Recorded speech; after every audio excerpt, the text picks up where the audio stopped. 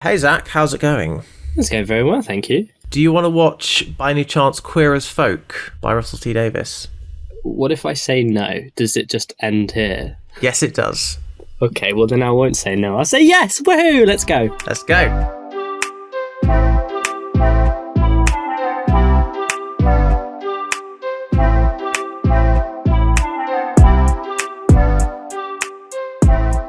Hello and welcome to Davis on Davis. This is the podcast all about Russell T Davies. That's what one of the Davises represents. The other Davis is my surname. And the on represents my co-host, Zach Copeland-Green. How are you doing? I'm feeling on it today. Did you see what I did there? That's because I represent being... And also, before we go any further, my name's Louis, by the way, so I'm Louis Davis. It's news to me. I thought I was just sort of here, but it turns out I actually get 2 letters in the title, which is wonderful. Yes, you do. I'm going to claim those 2 letters for the rest of my life. So, who the hell are we? I think we should start with that. Oh, didn't we just say you're Louis Davis and I'm Zach Copeland-Green? Yeah, but okay, no, you're right. Well, why are we doing this? What are our qualifications to talk about? In this case, every TV show written by Russell T Davies since 1999, apart from some certain ones pertaining to a certain media franchise. But are we allowed to mention it, or? I don't know. The BBC might kind of like get on our backs for sort of talking about a certain long-running science fiction show. I don't know. Well, I'm Louis Davis. I guess I'm a science communicator. That's sort of what I'm trying to do as actual work. I'm also a little bit of a nerd, and I'm gay and Welsh. I think that qualifies me, right? I think you sound overqualified for this podcast, if you ask me. And what about you? I'm Zach. I am not a little bit of a nerd. I am a lot of a nerd who is trying to be a socially acceptable member of society. I'm currently doing a master's in television production because I want to try and channel all that nerd energy and the useless facts I know about certain television media franchises and actually try and make a living and a life out of them. And Louis knocked on my door, metaphorically, of course, because he doesn't know where I live. And he said, why don't you join me and make a podcast about Russell T Davies? You like this guy. You know things about him and the franchise. Let's get together and have some conversations and record them. And I said, yes. And so here we are. I think, am I qualified? Oh, yes, I'm sorry. I haven't mentioned all my qualifications. I'm also gay, and I'm from Manchester, which means between us, we cover like the whole Russell T Davies shebang, as it were. We were thinking about how to sort of rank all his shows and rate all his shows, and we were thinking, what about on a scale from the English-Welsh border to Swansea? So just how far into Wales each show is based on its quality. With the Mumbles apparently being the absolute epitome of the finest television you could ever watch. So without further ado, let's get into what we're talking about today, which is the first 2 episodes of Queer as Folk. We decided to cover the first two episodes because the episodes are like half an hour long. So episode 1 is the first episode in the series. I know that's quite groundbreaking. It's written by Russell T Davies, which is a bit of a shock to all of us here. And it's directed by Charles McDougall, and it first aired on the 21st of February, 1999. And its title, to all our listeners, is Thursday. And this is a very important title, and I think we'll come back to it time and time again and really think about what Thursday essence this episode really brings to us. We start with an opening narration from the character Vince, who talks about how Thursday night, sometimes it's good, sometimes it's bad, sometimes it's amazing. This Thursday night, something's a bit different because Thursday nights in Babylon, one of the clubs on Canal Street, used to be 70s night, but then they changed it to 90s night. And considering this came out in 1999, would that actually happen? Because that's like playing Lady Gaga and calling it 10s night. And no, that's just night. Well, that would be if a show came out in 2019 and did that. But yes. I've been thinking about this Thursday night, Louis, and I'm going to put my English literature hat on here and say that it represents the fact that the show is coming out at the end of the century and change is in the air and you can feel it coming. 2000 is just round the corner and the 1990s are about to be in the past, along with all the stigma of the 90s, all the things that are out, all the new things are going to be in. And now it's a historical period. And the theme of moving from an age where it ends in a 9 to going into a 10, a multiple of 10, I think is going to come up again. You know, that sense of we're moving forward and leaving the past behind. I think that's what Russell T Davies is trying to do with the very first sentence in Queer as Folk. Tell me I'm wrong. No, maybe you're right, yeah. You must know a lot about Canal Street, being from Manchester. You must be an encyclopedia of Canal Street. Well, of course. So, being from Manchester, I did say I was quite qualified to talk about Russell T Davies's work, especially those set in Manchester. I have been to Canal Street. I've been to Canal Street during the day, gone for a nice walk there, had a look around Manchester's gay village, where Canal Street being the heart of, and it's a very nice place. But I'm not a clubber, so I've never been to any of the clubs during the night. So the sort of watching this for a lot of people would be a real slice of their own life. And for me, I recognize the place, but I don't recognize it in darkness. So unfortunately, I'm not qualified to talk about clubbing. So maybe I should just go home now. Maybe that's why my name isn't in the podcast. Maybe I'm not really qualified to do this. What would be hilarious is, so for context, I'm based in Brighton. And if you came down to Brighton and I took you to like the main gay club Revenge or something. I've never been to a club in Manchester. That's how sad I am. I've been clubbing outside of my home city, but not my home city being one of the best places to go clubbing, apparently, in the country apart from London. But here's the question. Does this episode inspire me to go to Canal Street tonight and let loose? That's a good thing to try and answer as we watch on, yeah. So as the camera moves away and we see this sort of aerial shot of Canal Street, what do we see, Louis? What do we see? Well, we see 3 guys and they're basically discussing the ultimate goal of going to Canal Street, which is copping off. So Vince has not copped off, Phil has not copped off, but Stuart has copped off. And, immediately we're introduced to 2 of our main characters, Stuart, who has a lot of sex, Vince, who has not a lot of sex, which I think is the perfect odd couple dynamic. But it really makes me think about who, as the audience, do we identify with? And maybe some other people would say, oh yeah, I really see myself in Stuart. I'm a massive player. I get all the lads, all the ladies. But actually, already in sort of the first minute of the show, I see myself aligned with Vince. I'm so used to seeing all my friends copping off, getting with people whilst I'm sat lonely on my arse. So already, I feel that out of our 3 protagonists, I'm already identifying with one really quite strongly. I don't know about you. Yeah, no, I feel that, especially when your friends are female and they end up getting hit on by the straight guys who come to the gay club to... But that's a personal gripe that I don't think gets covered in the show at any point, so we'll move on. And then we meet... So we've met 3 people, and Phil isn't really one of the protagonists. He's kind of just there at the moment. He's not really...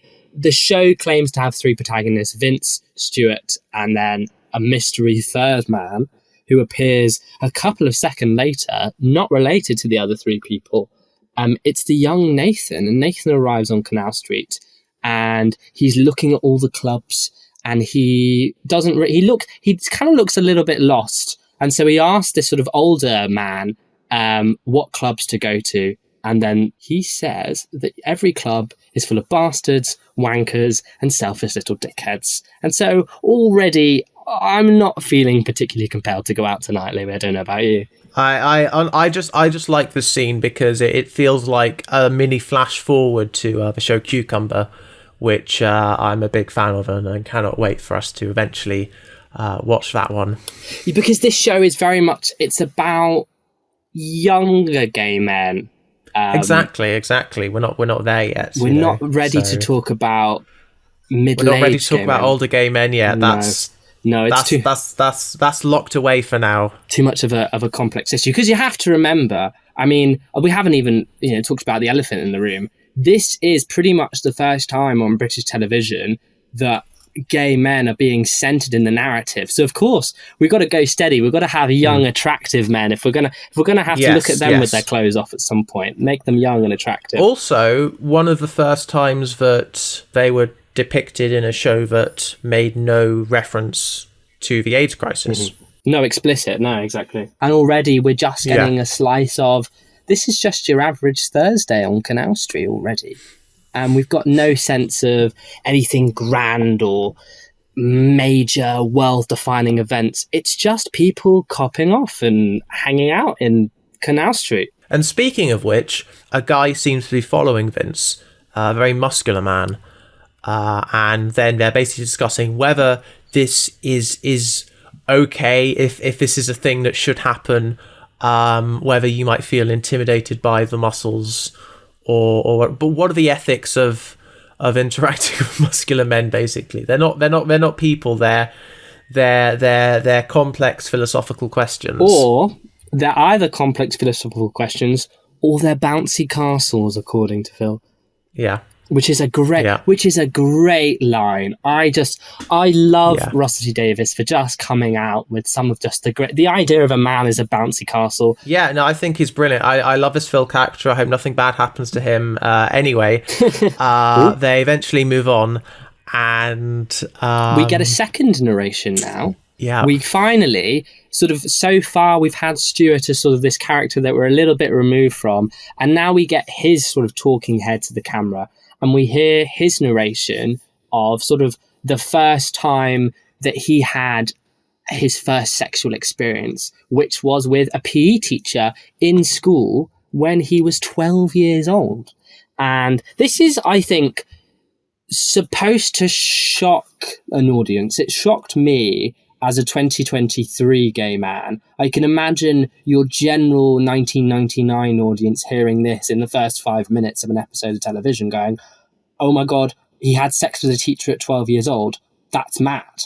But already it's introducing another one of the key themes that's going to dominate these early episodes of this idea of underage gay men, so boys essentially, are having sex, and they come into this environment. And I think, what do you think, Louis, about how we made to feel? Are we made to feel that this is wrong, that these underage boys shouldn't be coming here and having these sexual experiences, or is this sort of a safe space that they're allowed to enter? I think we're almost dared to not find it wrong. Yeah, I think that's a really good way of putting it. And I think it's explored a little bit in more detail in episode 2, so I might save the discussion a bit more, but I think it's really important that our first introduction to Stuart is, through his own words, is again emphasizing the fact that he's been sexually active for a while. He is an absolute massive, he loves it and he's good at it, but also we are made to think about it's completely normal in inverted commas. So while Stuart has wandered off, he's locked eyes with Nathan. They've passed each other, and then he looks back and Nathan is like, no, actually right now he thinks he's a man, so I like this man, and invites him back to his place. He does. And then we focus back on Vince, and we don't ever find out the name of the muscle man. So in my notes, I just keep referring to him as Mr. Muscle, because I think that's funny. Yeah, that's leaked into my notes as well. So it's almost scary to me, the way that Mr. Muscle just follows Vince home. First of all, in the car. Yes, in his car, like it's a funeral procession or something. Oh my God, I just thought, oh my God, this is a crazy stalker. I don't know when you get followed in your car apart from that. I'm sorry. When you're about to get murdered. That's what I thought. This man's going to murder Vince. He doesn't murder Vince. No. He does do this really, really weird. They get out the car and Vince essentially is like, oh, not today. I've got work tomorrow. And then sort of Mr. Muscle just shuts him down and says, are we shagging or what? Yeah. And they head straight in. Yeah. And then we cut back. Nathan and Stuart are in Stuart's flat. Nathan is chatting his head off. He's just yammering on, yap, yap, yap. He's talking about takeaways in the kitchen. And you've got that beautiful image of Stuart takes a bottle of Highland Spring and just drops it on his head. He's sort of, I think he's teasing Nathan. This is sort of, yes, he's brought men home before. He knows the routine. He knows the ritual to get them into bed. It is hilarious that he's trying to look like an advert, which is foreshadowing for his job. And pretty quickly they start snogging. And Yeah. I've got a note here. It's 7 minutes into the show, not just the episode, the show itself, and already we start to see some sex. Yeah. Which I think is a great metaphor for hookup culture. You know, we don't really need to bother with the romantic story plot. No, there's none of that. We're just straight in. Yeah. And it's directed in such a. It took me back, the way the camera spins around them as they snog and undress. It's sort of, I don't know if it's meant to represent it's Nathan, it's the loss of his virginity, and sort of it's a whirlwind of emotions for him, and it's all happening for him. There's a podcast I like, Kill James Bond, and one thing they do is that when James Bond meets a woman, they start what they call the pussy clock, and it's the amount of time until he has sex with that woman. And it's sort of it's done to kind of emphasize this idea that women are objectified and and you know, sort of don't have much agency, and you know, it'll only take like 4 minutes before they're having sex with Mr. Bond. And so I think we should maybe carry over to this show with the bussy clock for gay hookups, because we cut very quickly to them in bed. And we have this another fantastic line. I could sit here and praise every single line of dialogue, but I've since been selective. And we've got Stuart saying quite sexily, "What do you like doing?" And then Nathan, very naively, almost sweetly, but not sweetly, says, "I like watching telly." And Stuart doesn't seem to react too much to this. He seems to be in the zone and says, "I mean, what do you like doing in bed?" And you can tell Nathan has no clue. So he just says, "Oh, this is fun." And I think what a great interaction that is. You really get a sense of Stuart knows what he's doing, and Nathan has no clue whatsoever. And he's happy to just be led on. Certainly. And then the phone rings. Turns out that the hookup has to end abruptly because Stuart's got to go to the hospital. At that point, he asks Nathan what his age actually is, and it turns out that Nathan is, drumroll please, 15. Dun, dun, dun. Are we shocked? Are we shocked, viewer, listener? No, I don't think we are. No, but it's funny because at first he's trying to claim that, oh well, he's at sixth form college, so it's fine, you know. But actually, no, he is like is it year 10 or 11? I actually can't remember how old. Yeah, 15. I think year 10. He wouldn't have taken his GCSEs. No. At this point. And it's funny that you say the hookup has to end in more ways than one, because while Stuart is on the phone call, he's carrying on with his hand, giving Nathan the good time, shall we say. And then Nathan rather abruptly finishes. Is he an online advert? Because he won't last 5 seconds, you know. And so we shift over to Vince to find out what Vince is up to when he receives a phone call off Stuart. Yeah, so he's been talking to Muscles about nerd shit and porn. He pulls out the porn, and I have labelled this porn Chekhov's porn because it gets talked about quite a bit, and Vince is quite eager to put it on now. But Mr. Muscles says that he hasn't got time. Snooze 3 a.m. And so they haven't got time for the porn, so they decide to just get on it. But yeah, no foreplay, just raw play. Oh, you naughty devil. So this is Chekhov's porn. It might come back later. Who knows? Because it yet has not been played. And Vince gets the phone call from Stuart and finds out what's been going on. And at the same time, Mr. Muscle is completely oblivious to what's going on at the phone. So he continues to get undressed because it's time for his role play. Yeah. And we see that he is not actually Mr. Muscle at all. He's wearing a fake set of muscles, which I've never seen outside of the context of amateur dramatics, which never look convincing. But apparently these ones, I don't know if these are common at all. The moment it's revealed he's not muscly, he is in fact fat, they show a shot of him playing with his belly button fluff, and I think it's interesting because sort of the show is kind of saying that, oh well, if someone sort of deceives you and turns out to be fat when they were pretending not to be, then like naturally they will also turn out to be unsanitary. I do think that this would probably not be written the way it is today, you know. I'm not shot in the way. It's really shot in a way that sort of that focus on the playing with the belly button fluff. So you've got this idea of this is an authentic night out. This is an authentic hookup. There would be authentic fat phobia in the gay community. But then also there's a director here shooting this in a way. They turn Vince into the victim in this scenario. As you said, Louis, Vince is the one that has been deceived and Mr. Muscle is the deceiver. But actually, in reality, Mr. Muscle is the one that's the victim of the fat phobia within the culture and feels forced to conceal his true body type and have to put on these fake muscles. We don't get the whole backstory. We don't know who this character really is, but I'm sat there going, there's more to Mr. Muscle deep within. Well, that's lovely, but Vince makes an excuse so we can quickly move on to the next scene. Yes, his mother apparently is in the hospital. His friend's mother. Oh, his friend's mother's in the hospital. Yes. That's a go-to for Vince. He's not very He's not very creative. No, but in episode 2, when he makes the same excuse, that time it's his mother, but at first it's his friend's mother. Seems like everyone's mother is at in the risk. hospital. Bloody hell. After Nathan convinces Stuart to let him come along, so Stuart doesn't want Vince to come and pick him up with the car because he's sort of figures out that he's finally copping off, and so he's like, no, it's fine, we'll get a taxi. But Vince sort of comes anyway with the car, and through a magical coincidence, they do arrive at hospital at the exact same second. You know, you're gonna have to suspend your disbelief for that one. It's the power of television. And they arrive at hospital and run through the hospital, and what do we see before we cut to the break? A baby. A baby. Dun, dun, dun. So anyway, back from the break, they're trying to name the baby. They're saying, well, we weren't discussing names because obviously that's for... So it turns out actually that Stuart is the father.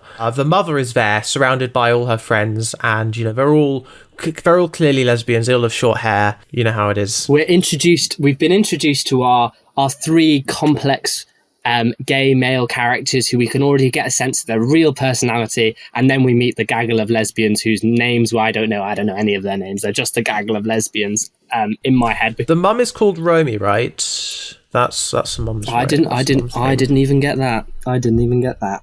Okay.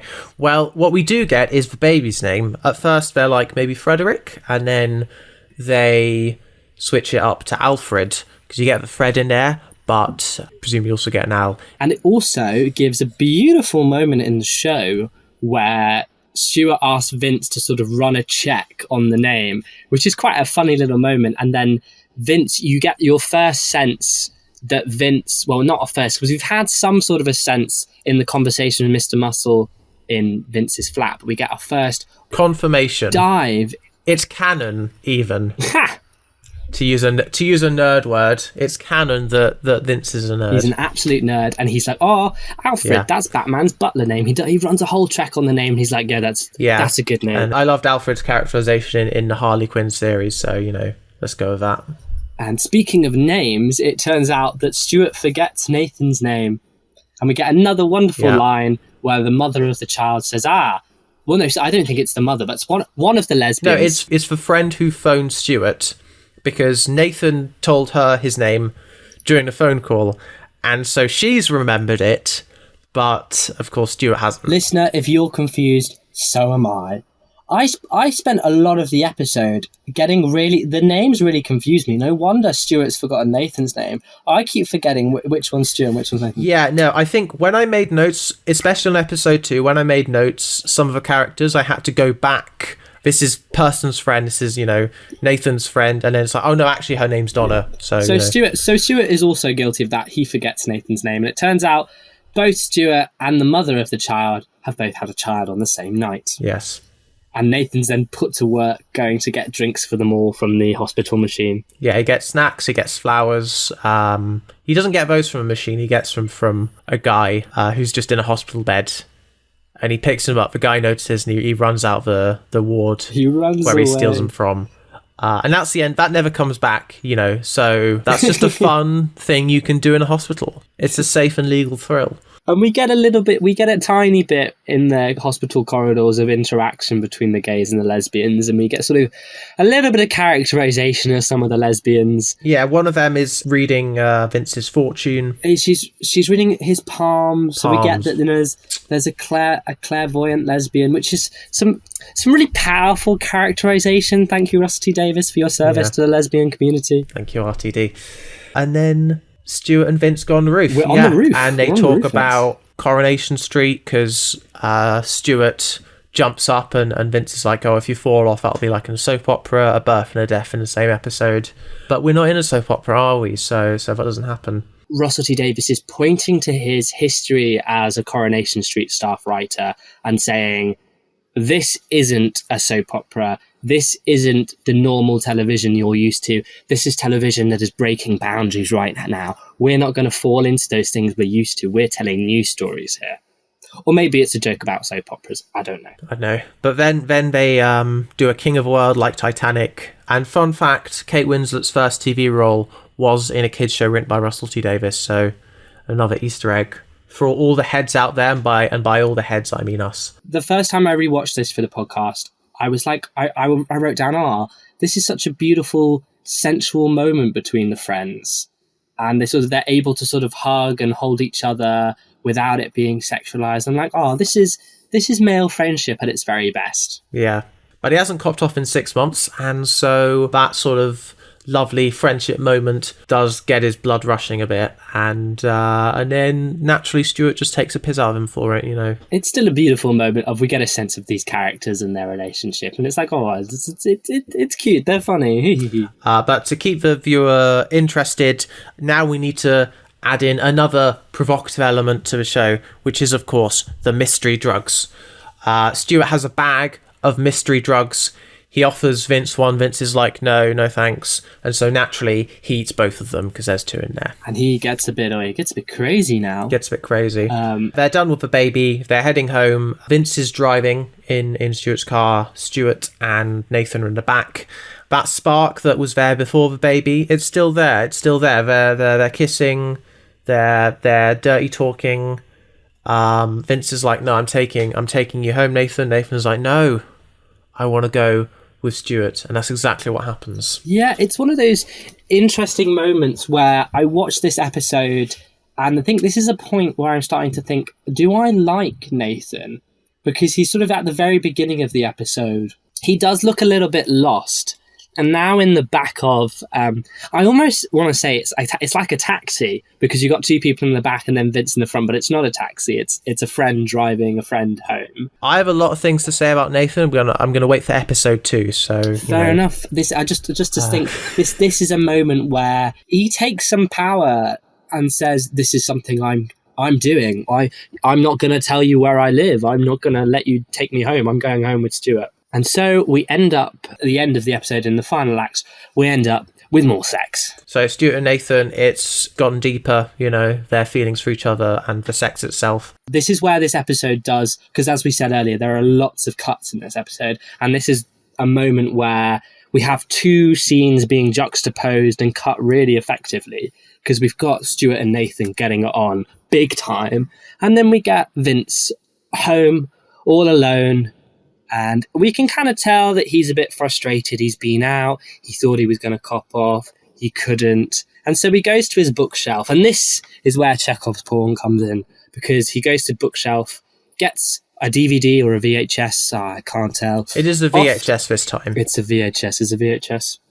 But faithful listener, I didn't know that the first time. And I was like, he must be getting the porn from earlier. He takes his top off. He's clearly like in the mood for something raucous. And then we get this beautiful shot of his fish tank, a very suggestive shot. And we notice in the bottom of his fish tank, he's got a little Dalek. And then it's revealed that it's not the porn from earlier at all. It's an episode of Doctor Who. Yes. Classic Tom Baker action, but not bad action. I mean, like action as in action film. And we discover that this is Vince's life. And on this podcast, we're not going to talk about Doctor Who, but we're going to have to say something about Doctor Who here now. The thing we have to say about Doctor Who is that Russell T Davies really likes Doctor Who and has always liked Doctor Who. I think that's what we have to say about it. And the show is groundbreaking in not only depicting a story about LGBT characters for the very first time, but also depicting Doctor Who fans / science fiction fans / just nerd culture in general in such a way that isn't virgins living in their mum's basement. This is Vince, who he has a job, he has friends. Okay, he's not copping off. It's been 6 months since he's had his last shag, as he says. He is out there, he is doing things. He's not a total loser, but he is mad about Doctor Who. And I think this it marks Russell T Davies trying to say, there are other type of fanboys out there, it's all this media and this hate towards them needs to stop. And I think Vince is a great character for that. And we really get a sense in this episode that this is the character that I've absolutely fallen in love with Vince at this point. I love him at this point in the episode. Yeah. So, cut to the next morning, and Stuart's car, parked at Vince's place, is getting just attacked by 2 prepubescent boys. And then Vince goes out to try and get it to stop. And they say, "We see you," and call them a bunch of slurs. They start them young. On the old homophobia. They really do. And it's important that we've talked about the authenticity of this Thursday. We've had the sex, we've had the drugs, we've had the rock and roll, we've had the having a baby with a lesbian, and now you fuck around, you find out. And Vince didn't even fuck around. That's a truly tragic part. No, poor Vince. My heart just goes out to him. He suffers so much, bless him. Yeah. Meanwhile, over in the Stuart household, we have him wake up, and he is hungover to the extreme. I mean, what do you even call it after you've had... Now, what does it turns out he's had? He's not had whatever he thought he was having. It wasn't it was dog worming tablets. Is it a hangover from dog worming tablets? I guess so. I mean, the deworming industry, they know what their secondary target audience is, and it is people who want to, for one reason or another, freak out and draw maps on the wall of every place they've ever had sex. Yes. It's fun. It seems really funny because Stuart seems really prepared for a hangover. He goes straight to his fridge freezer and pulls out some lovely, cool, cold spoons that he puts on his eyes, and has this great image of him putting the spoons on his eyes. And it's only a minute or so later that he remembers that he's got a baby. Yeah. You get this crazy sense of why is this man a father? Why has this man agreed to father a child with someone? Stuart also, in addition to drawing on the walls, which will have to get repainted, he also notices that he built a big sculpture of a Millennium Dome. And as someone born in the year 2000, I would love to get some Millennium Dome myself. Meanwhile, Nathan is also there. Stuart knows at this point that he's slept with a minor twice, not just once, twice.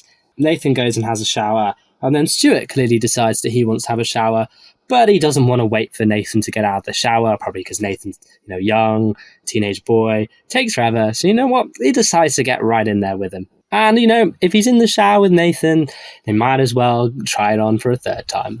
Why the hell not? Whilst you're at it. So, then it's time to go to school, it's time to go to work, and so Vince picks up Stuart and Nathan so that they can go and drop Nathan off at school. It's like 2 dads taking their little boy to school, except it's not like that at all. No.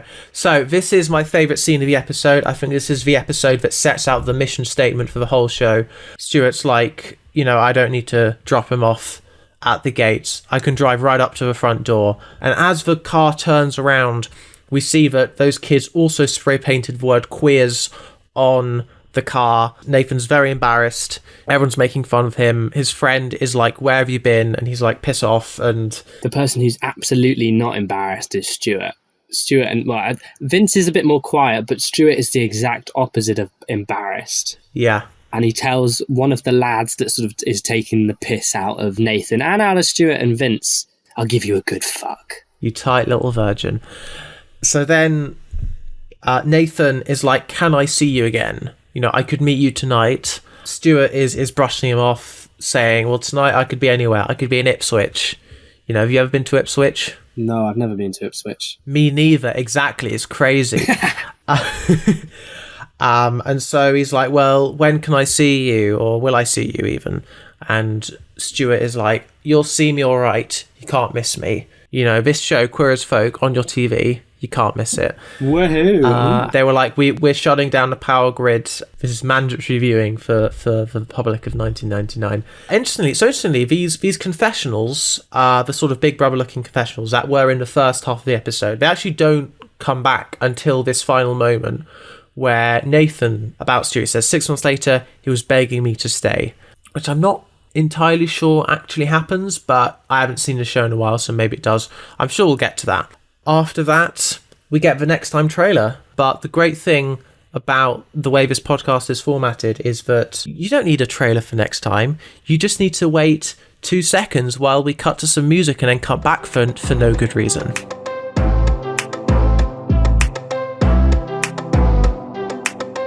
And we're back. In audience time, a week has passed. In TV show time, not even an hour has passed. And in podcast time, only a few seconds have passed, because we start this second episode right where we left off. Stuart's at work, Vince is at work, Nathan's at school. Let's go. So we have again one of these crazy cut sequences where we see, instead of now these 2 separate scenarios, we see these 3 different characters in their 3 very different locations. So Vince works at a supermarket. I presume he's middle management level, telling people what to do. Not at the bottom, not at the top. Stuart works in an office, and it's like a marketing office, I believe. Yeah. And Nathan is in school. And Stuart is quite visibly out. When someone catches his eye, he sticks on a red ribbon as a indicator that he is an ally. No, wait, he's an actual gay. Well, it's because the red ribbon, because we said about the previous episode that sort of HIV and AIDS isn't a predominant part of the story, but it exists in very sort of its small ways. So there's sort of 2 nods to it in this episode. The first nod here being obviously the red ribbon represents support for the HIV AIDS crisis. And so that's sort of symbolizing that Stuart has that connection to the gay community by association. What's really interesting in these 3 very different environments with these 3 rather quite different men, they're all doing the same thing, though. Did you notice what they were all doing, Louis? No, tell me. They were all looking at bums. Oh, right, yes, of course. They all like to check out a lovely man's bottom. No, I notice in Russell's stuff, like, you see it and it's a sin, but it's always the bottom that people seem to focus on. We see you, Russell T Davies. In the shows. We see you, Russell T Davies. Now, of course, there's various, sort of the boy that Nathan's staring at sort of wanders away. It turns out that the man that Vince is staring at is in fact a man in a relationship with another man who's sort of, he's not single, But Stuart gets a bit more luck with the man that he finds. But also, when one of Vince's co-workers notices the 2 guys, she does your palm is flat and then you flap it down. Is there a word for that? I've heard it referred to as the garage door. The garage door. So she does a garage door, bends her legs a bit, and it's another reminder that this isn't the previous episode where we're in Canal Street, we're in this gay bubble. We're in the real world here now, just like we were at the end of the previous episode. Yes. Homophobia is everywhere in its like very unsubtle ways, and here in its a little slightly more subtle. And also, like, Vince kind of goes along with the joke. He laughs at it. And then when the couple notice her and Vince both laughing at that thing, I guess Vince has absolutely no trouble passing as straight then.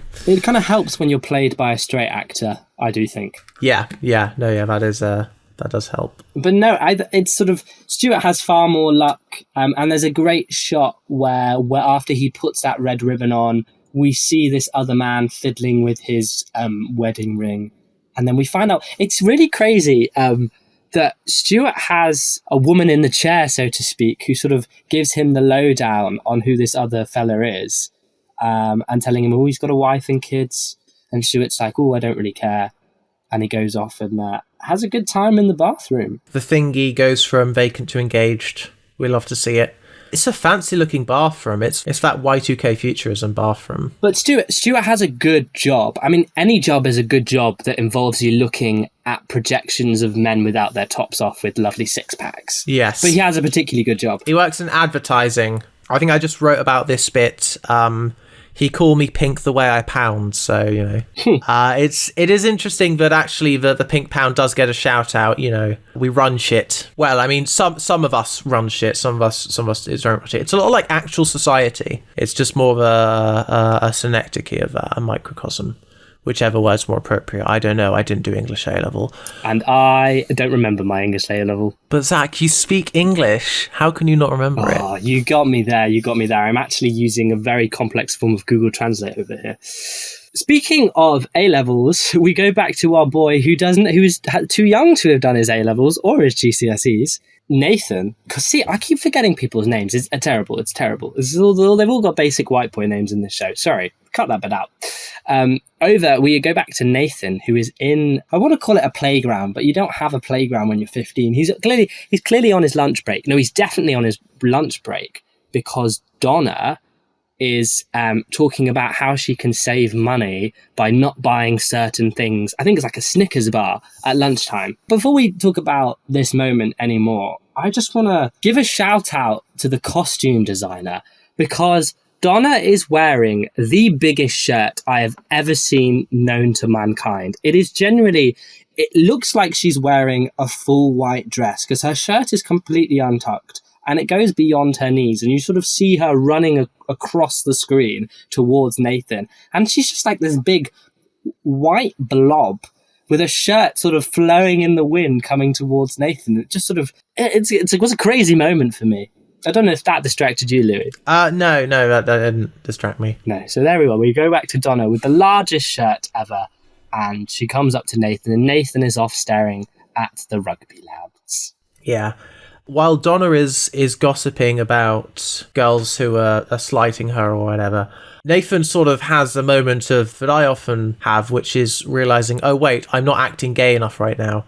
And so he immediately goes into like, I would have sex with all of the boys that we can see. And Donna's like, what do you want about? He is quite annoying, and I think he's supposed to be. Like, he's supposed to be... Yes, I agree. He's really trying to make being gay his personality. He, like, really aggressively, because Donna's gossip is about, the girls who are slighting her, and then also, you know, who fancies who might have kissed who, which is really quite light teenage romance stuff. And then the stuff that Nathan brings into it is like, I do him, you know, I'd quite violently have sex with this person. Yeah. It's like, whoa, bro. Especially since you would be not on top, you know, he would be the one doing it quite violently to you. Let's be honest here. Well, let's not presume things. No, you're right. Let's not presume. Although I'm just going off of what happened in episode 1. I was going to say, go off the evidence of episode 1. But then we get this quite interesting insight from Nathan, because he claims that Stuart said he loved him. And the first time he says this, I'm quite skeptical. I'm like, no, you're just making that up, Nathan. You're an annoying little twat and you're making it up. Yeah. But then he says exactly he must have just been saying it whilst he was off his face. No, yes, he knows that Stuart was on drugs. He knows he was saying whatever, but he says that even though he was off his tits, in the moment when he said, I love you, he did genuinely love me. He's like, well, he loved me for those like 2 seconds or whatever. And it seems that Nathan, therefore, wants to chase those 2 seconds, which is just... Yeah. I don't think he's incapable of reading a room or a situation. I think he just refuses not to. He's just like, I don't want to acknowledge that. I want things to happen the way that I want. And so that sticks with him. But speaking of gossip, we get some gossip now at Vince's workplace. It seems that gossip is an inescapable fact of reality, because Vince's co-worker, who we saw earlier, she's gone from making fun of random gay people to making fun of the new girl who started. What did she say about her? Oh, I don't remember. I shut out the negativity in my life, Louis. No, you're right. We can both hold the moral high ground for that. So we can't remember what she was gossiping, but we know she was doing it, and Vince steps in and is like, well, actually, I think she's nice. I think she's fine. And then she's like, oh, that's great, because she fancies you. Uh-oh. Da, da, da.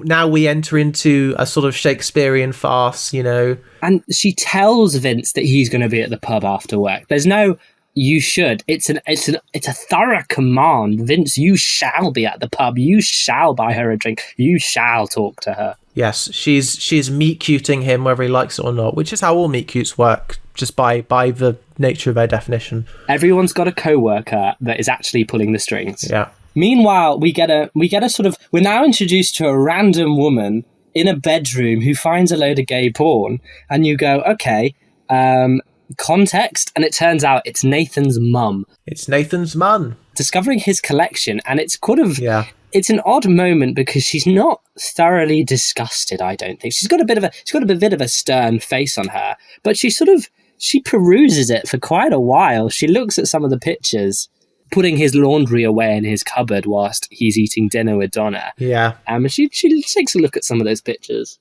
and then goes and asks Nathan and Donna what's up. And Nathan has told his mum that he's off to stay at Donna's. And she's like, well, you've been staying there a lot recently. Donna's mother ought to start, charging rent. This is also where we finally learn Donna's name, Yes, exactly. I think. The thing is, we should have remembered that because he loves the name Donna very evidently. Yes, of course. Everyone should have a best friend called Donna. Yeah. Nathan and Donna, they're straight off, and as it turns out, they're not actually going to Donna's. They're just going to a bus stop for like a weird scene where, once again, yammering on to Donna about how amazing he is and how like he's actually going out there and getting people. Everyone else is just sitting around talking about getting people. It's like, what are you? One of those like bro influencers who's going to tell you how to grab life by the balls and, take advantage of crypto or something. And this man doesn't know bus etiquette 101 because it's a very iconic scene in the show. But he gets on the bus and the bus starts driving away and he's shouting at Donna whilst he's still on the bus going, I'm doing it. And it's like, bro, there are other people on the bus. They don't need to know this. They do not need to know this. And also, who gets changed at a bus stop? I'm sorry. No, it is a wild scene. I think, I'm sure. And the thing is, I heard that Manchester's getting greater fare integration now. That's just going to open the door for even more seamless, jumping on a bus while yelling at your friend. It's going to become an epidemic. If I'm on the B network and anyone screams, I'm doing it, I'm sorry, I'm going to slap them. And if anyone sees me on the B network saying I'm doing it, then please, I'm begging you, please put me in my place. I'm going to resist every urge in my body to go off on a tangent about integrated fare systems, because a lot of places you have to get a ticket for each bus you're getting on, which is really annoying when the buses all only go into the centre. And so it means that like the cost of going anywhere that isn't the centre is doubled and the time investment is also doubled. But I'm going to not talk about that now, of what makes a good sort of polycentric bus network with fare integration. I'm not going to talk about all the advantages of that because we need to go to Canal Street. If you are interested, you can subscribe to Louis' other podcast, Fare Integration 101, availing in all streaming services. Yes. Well, actually, before that, we have to forget, we're not going to Canal Street. We didn't even talk about the pub. Yeah, the pub. I love Vince going to the pub, Vince being on the phone to Stuart and sort of narrating his sort of trip to the pub, and he's like, it's a quote unquote a straight pub, because obviously Canal Street is home to the gay clubs and pubs. Yes. And the one thing that broke me from the immersion, maybe it's a 90s thing, but I've been to a straight pub loads of times. I go to straight pubs with my straight friends. Is it that Vince and Stuart don't have any straight girlfriends, that take them to the straight pub? Evidently not, because Vince looks like he's landed on an alien planet. No, yeah, it is funny. It is a funny moment. I'm like, have you really never just been there with like family or something? Like it's just the place you go where you get the drink, Well, evidently Vince hasn't been. Or maybe the rest of Manchester is just particularly straight and that's the issue. I don't know. Well, I think Vince probably has never been to a straight pub with his family, because as we find out, his mother loves to go to a gay club. So when Vince enters, he's like talking about it with a fake sense of wonder, as if he's a straight guy entering a gay club for the first time. He's like, wow, the people are really out here just going hard at the slot machines, They're not having sex in the loos. I mean, can you imagine? Yes, the virgin toilets. But then, he finds his co-workers. The meet cute is set up, that him and the new girl go to the counter to get drinks. And that's where they start talking about media. So Vince is like, well, I am a nerd. And it's funny because Vince can pass as straight. He cannot pass as anything but a nerd. No, exactly. It's people, some random guy identifies him as does the Star Trek references, and he's like, that's not quite the show I like, and then, but to be honest, that guy then later on says exterminate, I think. So he does redeem himself in terms of nerd knowledge. Well, I mean, it's a British staple. Everybody knows that exterminate belongs to Doctor Who. I don't know. Would you be offended? I don't know. Are you a Trekkie at all, Louis? Oh, no. Are you? I discovered Star Trek a month ago, so I'm getting there. So I kind of get it now. So, but I think a year ago, if someone had called me a Star Trek fan, I probably would have been offended. And you can tell Vince is trying pretty hard because he's just like, oh no, it's the wrong show. And then he says he's into Doctor Who, and he says the words for the very first time, and it's like, ooh, the program got a name drop. Ooh, it's not just a random episode he watches at the end of episode 1.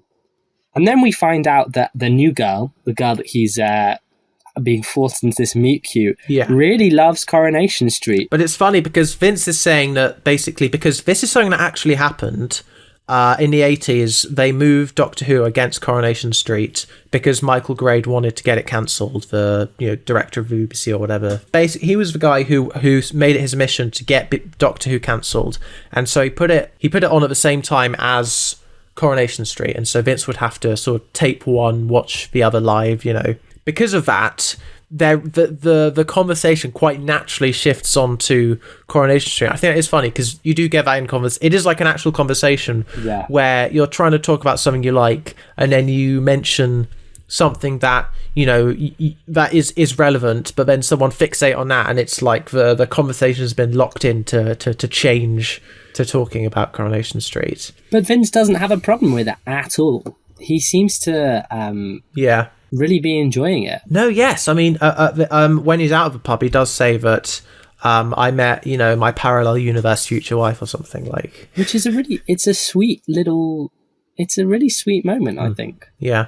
It's such a shame that she's going to have a heart broken when she must eventually find out. Yeah, it's such a shame that she's going to have a heart broken in quite a dramatic fashion and call him a puff. But, we're not there yet. For now, we can just enjoy the moment. Because essentially he has to leave because he gets a phone call from Stuart, and it turns out his friend's mother's in the hospital.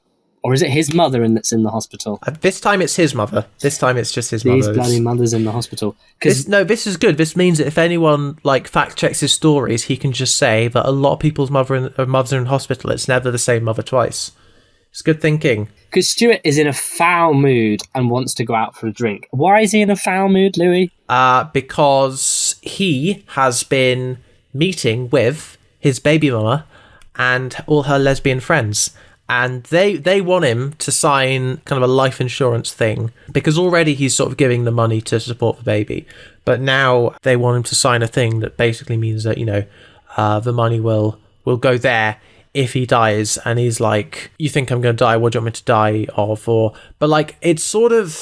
I'm not sure if they're insinuating HIV or if he's just picking it up by himself. I think they are, because they make a reference to him being tested 9 months ago. There's definitely, you feel the shadow of AIDS in that moment. Yeah, which I think is maybe a little annoying because actually in the AIDS crisis, lesbians were helping out in all the medical centres, with all the community organising, and the reason that the L comes before G in LGBT is because of the amazing work that so many lesbians did during a crisis to support the community as a whole. And it is a bit of a shame that the first mention of AIDS is some lesbians going, well, you might get it, but, just if you do, just sort of, they should not be the ones bringing it up, I think. I think it should be a straight character bringing it up. Yeah, it's the one good line that one of the lesbians does get that I'm like, oh, good for you, girl, is when Stuart asks if the contract he's about to sign has been checked over by a solicitor, and one of them is like, oh, yes, I have checked it over. And it's like, good. But like, he's like, is he a good solicitor? And then one of them says, yes, I'm good. Like, yeah. It's like, you go, girl. That is good. But the one thing I do wonder is, like, should he have his own solicitor that sort of checks it according to his interests, and then the contractors have been checked according to their interests? But what I'm saying is it actually quite justified for him to get a second opinion? I think it probably is, but I think he's probably feeling quite ganged up on in that room right there. Yes. Which is why, Yeah. I mean, love RTD, but again, he's not been kind to this gaggle of lesbians. No. I mean, I think they're kind of quirky in the first episode, but it is a shame that, like, sort of they are more antagonistic this time. They're quite scary. But it is interesting because, like, actually, you know, if you're not a fan of Stuart, which, you know, I'm sure there's reason to not be a fan of him, you know, it is kind of nice to see that while normally he's the big man, he's the main character syndrome, when he's in this house, his balls are in a vice. They have control, they're running the show, they're not taking his bullshit, and only when he's left the building can he bang on the steering wheel. But while he's in their house, he is on his best behaviour, which I think is quite funny. And so, in a foul mood, he's phoned Vince up. Vince has left the pub and they drive off to Canal Street. The clock had very clearly been ticking throughout the episode. When are we going to get back to Canal Street? Yes, here we are, Canal Street. We end up with Stuart, Vince and Phil, our original trio from the very beginning of episode 1. And Stuart is still complaining about the lesbians in the club. I nearly called them the Nesbians. What's a Nesbian? The lesbians. The new lesbians. There's a second gang of lesbians. The new lesbians. There's a second, oh gosh. When Nathan wanders into the club, looking around, and he's back being, we've just seen before the previous ad break, that really annoying, overly confident Nathan who's screaming on the bus, who deserves a good slap. And then he comes into the club, and again, it's that sort of, that quite lost, quite meek. He's a little bit shy. Exactly. He's a small little baby. But what is hilarious is that Stuart is still complaining about the lesbians when he's in the club, like not just in the car. And as he's complaining, Vince spots Nathan. Stuart thinks my day just got worse. Their paths are crossing again. And he comes over, and then they have this, there's sort of a cabaret going on at the same time. Yeah. Well, no, it's funny. Before that, he offers to get drinks, and as he walks to the bar, he tries to, you know, escape. He just back, completely walks out. Vince runs out and is like, no, you're coming back in. You're coming back, which is a hilarious moment. And then we get to the cabaret. Yes, it's a literal moment of, you fucked around, now you got to find out. The cabaret is it's such a fun little moment. I don't know what's going on. And then you get this random woman sort of very enthusiastically sort of singing along. And they're sort of heckling her, and they're like, what's she doing here? And then, like, Nathan, in the most aggressive way possible, just calls her, like, an ableist sir multiple times, and they say, no, that's Vince's mom. And he's like, yeah, imagine that would be hilarious. But actually, I'm not even going to repeat the slur, because it's not very nice. It's quite a bad one. It's just like, fucking hell, Nathan. Where'd this come from, you know? Well, we know where it's come from. It's the same Nathan that's been screaming on public transport. Yeah. Maybe he gets it from school, you know, maybe that's a pecking order. He's not quite from the bottom because while he's getting called a queer, you know, someone else is getting called something even worse. Yeah. And only when she, like, shouts out to Vince and is like, hi, Vince, then he realizes that, oh my God, that is actually his mum. And then Stuart is like, just be careful. We get our quieter Nathan again. Which is how I like. I prefer my Nathans quieter and far less annoying. I like a quiet Nathan. And then we get some interesting conversations. They're not in the club dancing around. They're having some drinks and they're kind of chatting. And we find out that Vince and Stuart had a sexual experience as teenagers together. But they were interrupted by Vince's mum, you know, and that's the end of it. Kind of, that's as far as it ever went. It's all based around a picture of Barry Sheen in the Radio Times. Yeah. And we get a very powerful statement from Vince that it can't possibly count because it's not sex if you don't finish.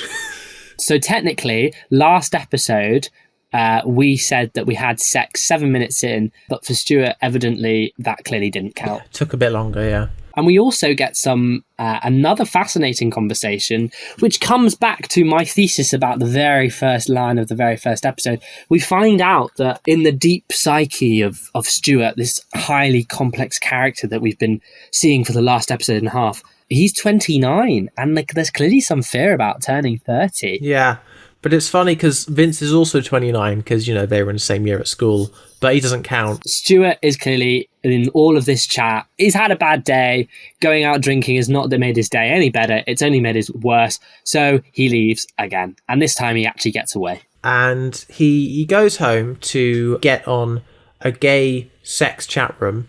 Phil also runs off so that he doesn't have to look after Nathan, because now, you know, Vince is stuck with Nathan. He's quite literally holding the baby.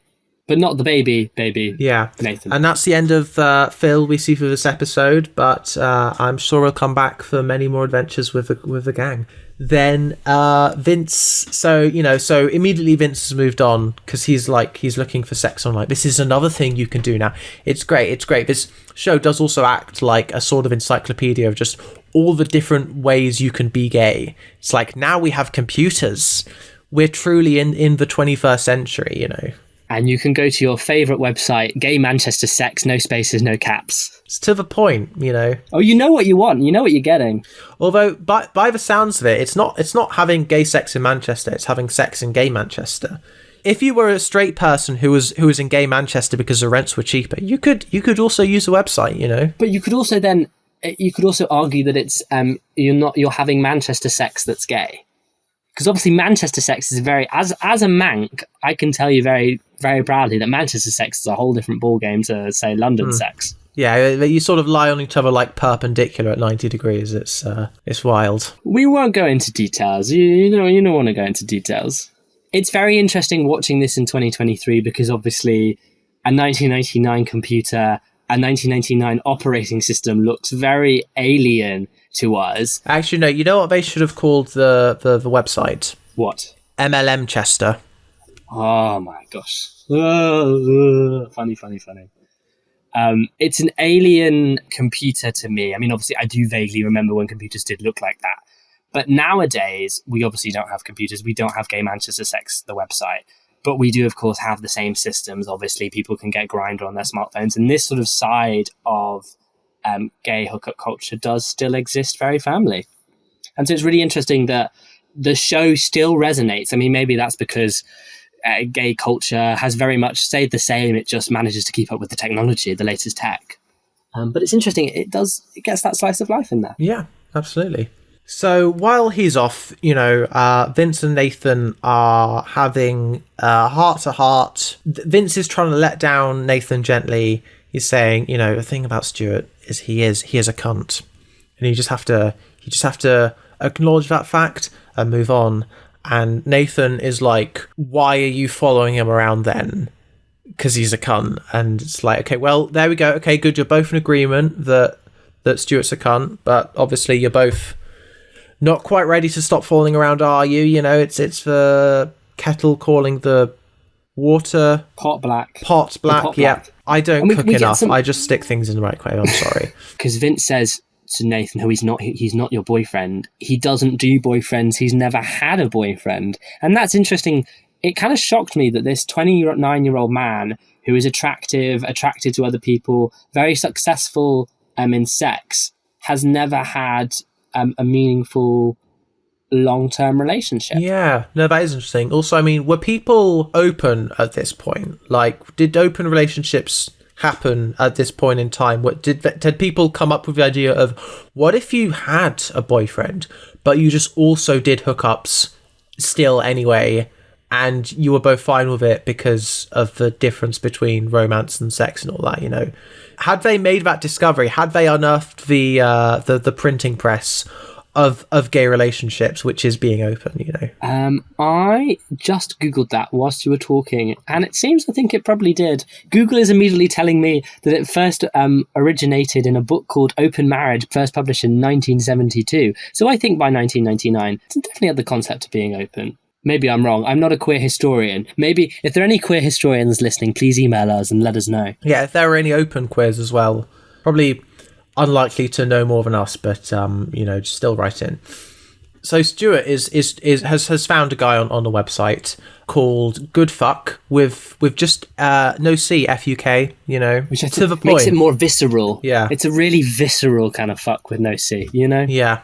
And I love the little detail of, you know, if you're gonna have sex with a stranger online, obviously you always need to see a picture, and we get the lovely image of Stuart sat at his computer waiting for the image to download, sort of pixel by pixel. Yes, it's great fun. And love that. The interesting thing is he responds with his address and tells the guy to come over before the man's lower levels have been released. He sees the chest and is like, yep, that's good enough for me, but he doesn't get below the waistline, which I think is really interesting. If it were me in that scenario, if I was Stuart in that scenario, I would have waited a couple more seconds before giving away my home address, just to check that, you know, the goods were good enough. But clearly he's into his chest, so respect. Yes. There's the ring at the door, and I knew at this point, after Vince had put Nathan in a taxi and also paid for Nathan's taxi, what a sweetheart Vince is, that I knew then that the knock on the door would not be Good Fuck, it would be Nathan. So actually it makes me dislike. You got to stop sticking 15-year-olds in taxis. It's like kids can't drive, and that's not just because they're too young, it's also because of where they would drive to if they could drive. So giving them a taxi is like sort of granting them temporary driving status. Like, it's like giving like sort of way too much power than they have a responsibility to handle. You know, you don't just give a kid a taxi. Okay, you tell the taxi driver where they're taking the kid, and you don't let the kid speak. But of course, Vince doesn't know where Nathan lives because he refused to tell him in the previous episode. True. The continuity works. It makes sense. Woohoo! True. In that case, he should have just seen him to a bus or something. You know. Oh no! But then we'd have Nathan screaming on more buses. Okay, this was the best possible outcome. Was sticking him in a taxi. That's fine.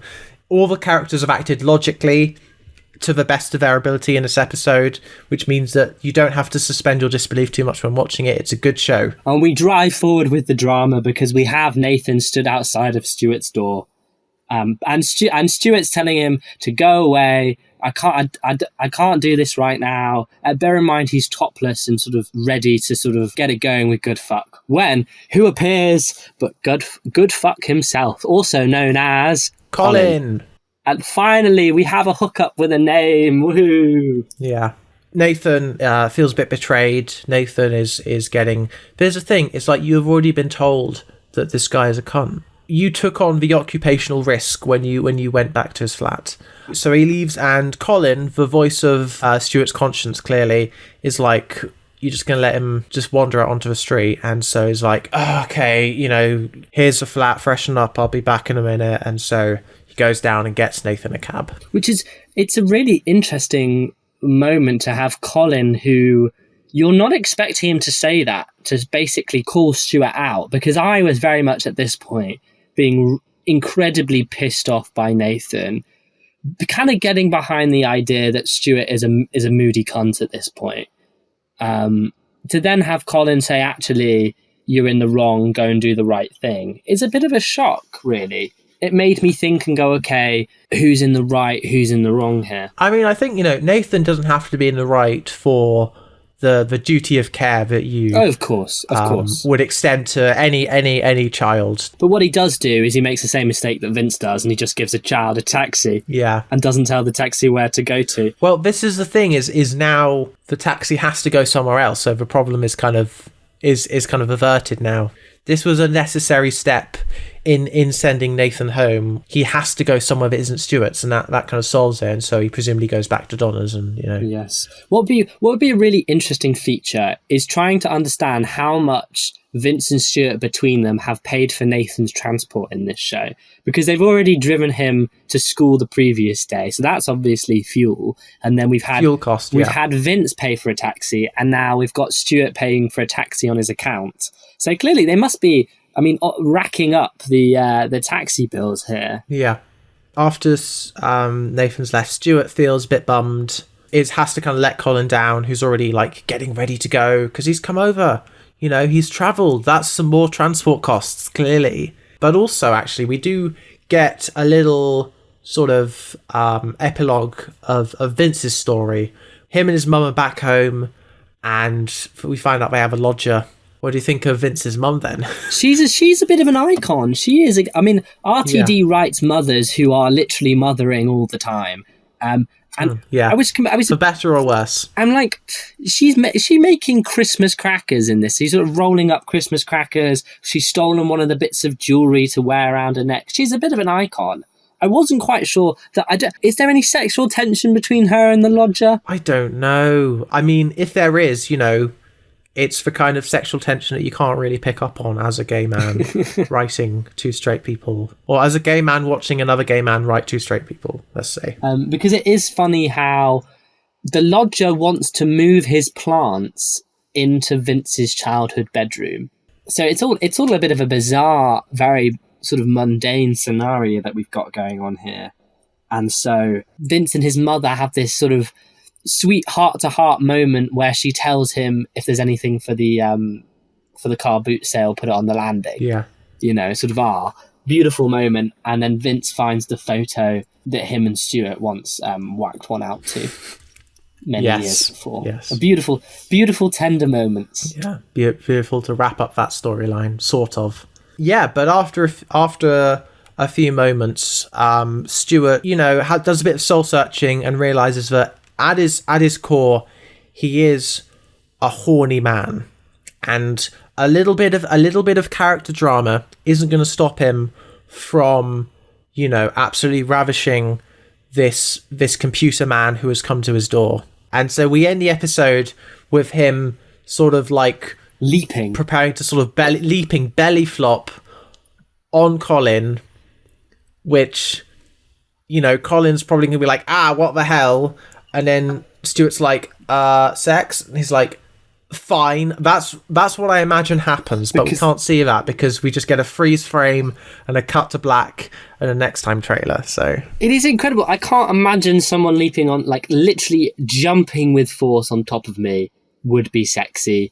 But, Stuart's a mad, wild lad, and obviously RTD.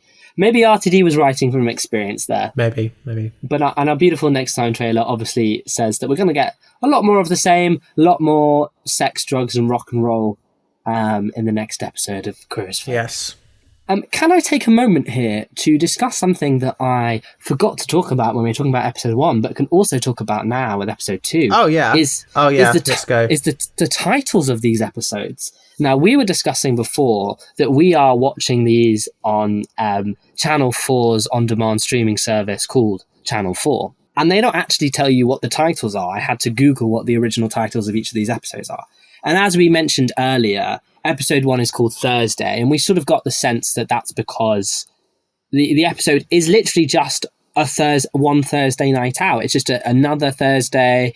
It's not really got too much of a compelling, world-ending plot drama. It's just sort of people on a night out, these characters meeting, a baby's born. But my gripe with the title of episode 1, if it's taking place at the first time we have a mention of the time, is it's nearly 2 a.m. So does that mean that this is a Wednesday night and a Thursday morning, or a Thursday night and a Friday morning?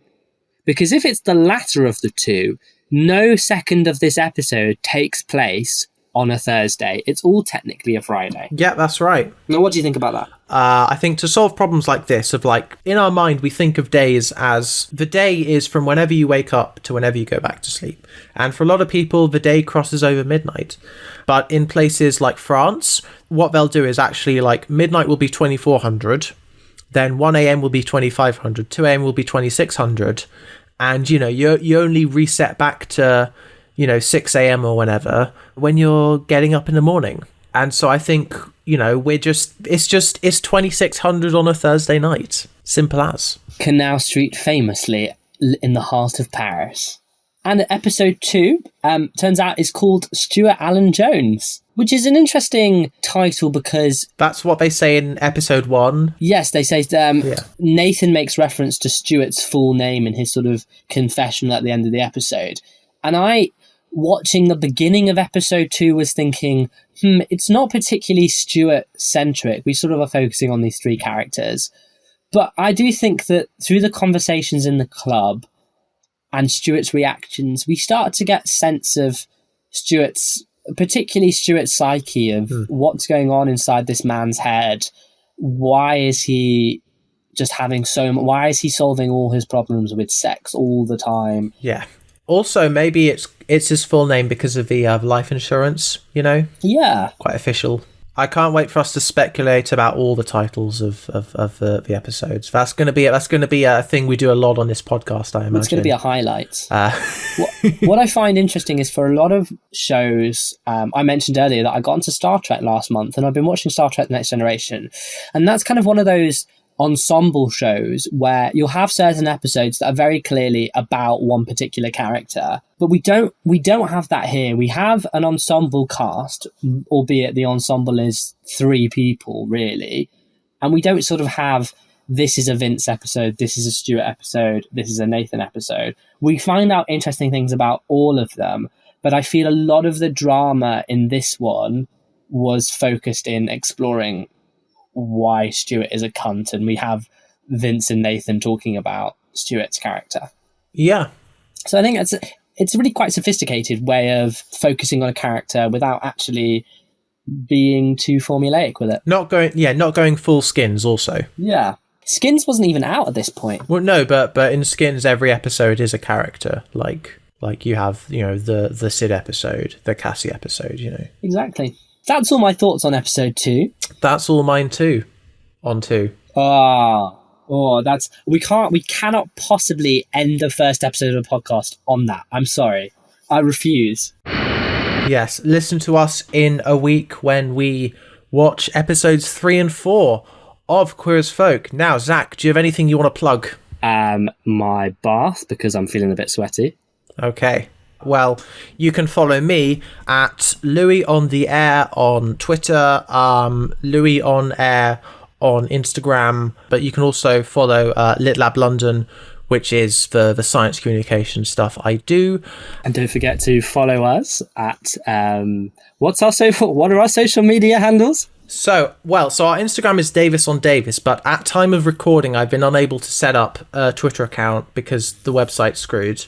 But if we do, then, I think that's going to also be Davis on Davis, or possibly Davis on Pod if Davis on Davis is taken. And I'm sure as we keep doing these episodes, we'll get a lot better at signing off instead of just sort of wondering what our social media might be. That's maybe not the best way to go about it. And I will making plug jokes that Louis did not laugh at. Well, that's for the audience to laugh at. All right. Goodbye, everybody. Goodbye.